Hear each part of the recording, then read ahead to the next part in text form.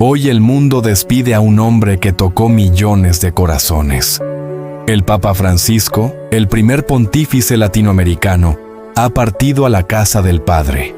Este es un homenaje a su vida, su ejemplo y su incansable amor por los más humildes.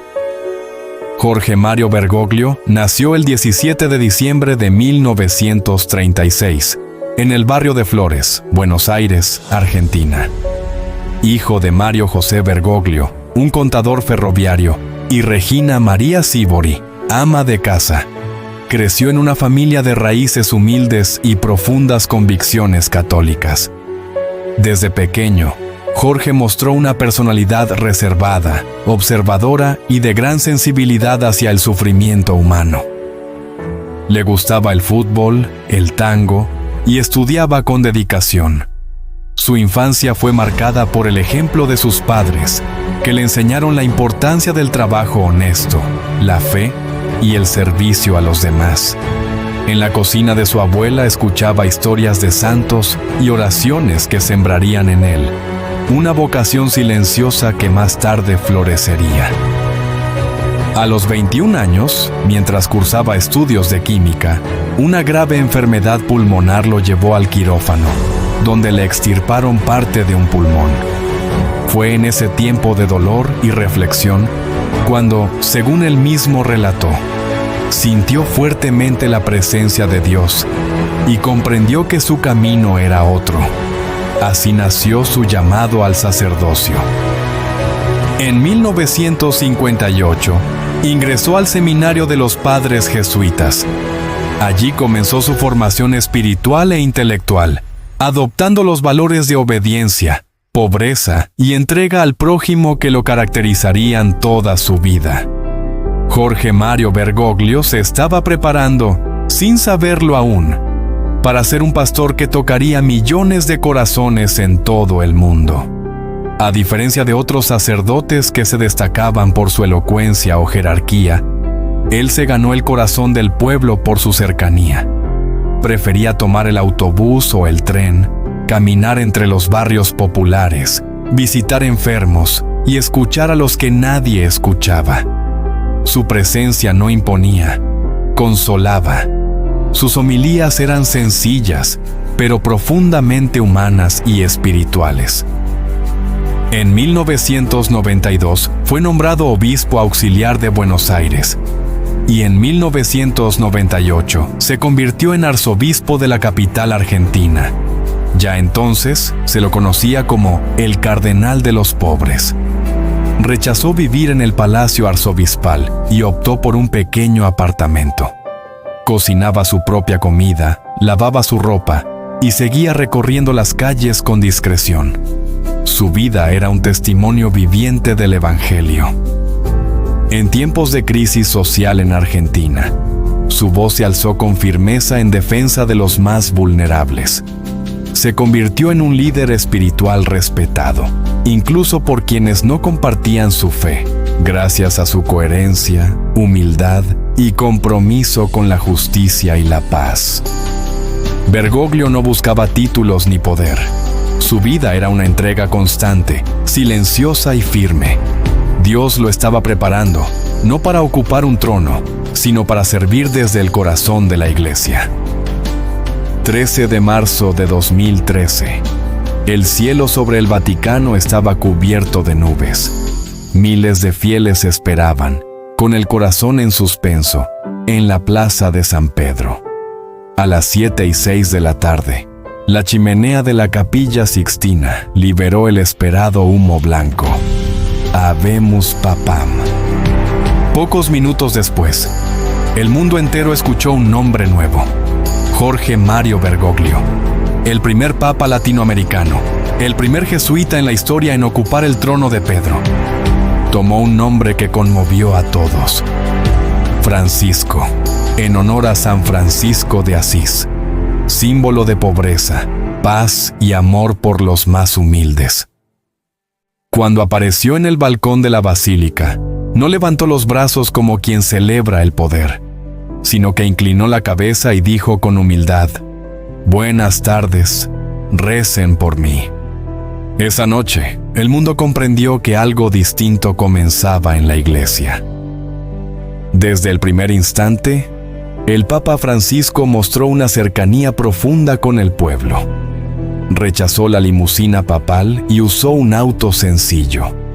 Se negó a vivir en el lujoso Palacio Apostólico y eligió una habitación sencilla en la Casa Santa Marta.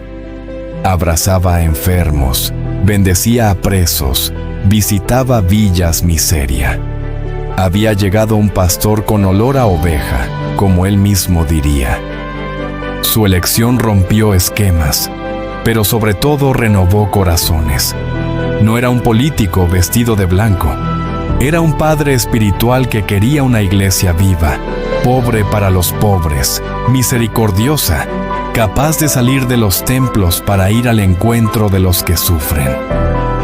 El Papa Francisco no fue elegido por casualidad.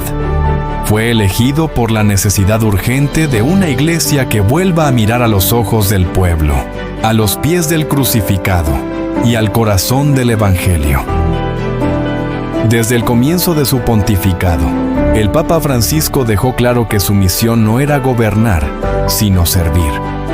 En su primer año como pontífice, pronunció una de las frases que marcaría su legado: prefiero una iglesia accidentada por salir a la calle, que una iglesia enferma por encerrarse en sí misma. Su mensaje fue directo, valiente y profundamente evangélico. Invitó a la iglesia a dejar la comodidad de los templos y salir al encuentro de los pobres, de los marginados, de los heridos de la vida. Proclamó una fe viva, encarnada, compasiva. Una iglesia que escuche, que sane, que acompañe. Francisco puso en el centro valores esenciales: la misericordia por encima del juicio, el amor por encima de la doctrina, la persona por encima de la norma. Su encíclica Evangelii Gaudium fue un llamado a la alegría del Evangelio. Y Laudato Si, su gran clamor por el cuidado de la casa común, fue escuchado en todo el planeta, incluso por quienes no compartían su fe. Defensor de la paz, denunció guerras, injusticias, el abandono de migrantes y la indiferencia ante el sufrimiento. En cada viaje apostólico, tocó las heridas del mundo con palabras firmes y gestos humildes. Besó a los descartados, abrazó a los enfermos, lavó los pies a presos y mujeres migrantes. También promovió la sinodalidad, el caminar juntos como iglesia, escuchando al pueblo, dialogando sin miedo. Luchó contra la rigidez que aleja y animó a todos a vivir una fe auténtica, libre de apariencias. Francisco fue un puente entre generaciones, entre culturas, entre creyentes y no creyentes, y sobre todo, un testigo de que la fe se vive con los pies en la tierra y el corazón en Dios. Su legado es una iglesia más humana, más abierta, más valiente. Una iglesia que no teme mancharse las manos por amor. Una iglesia que vuelve a parecerse a Jesús. En sus últimos años, el Papa Francisco enfrentó con humildad los dolores del cuerpo. Su caminar se hizo más lento, pero su voz nunca perdió fuerza. A pesar de las dolencias, siguió enseñando, abrazando, rezando, sirviendo hasta el último aliento. Nunca se detuvo.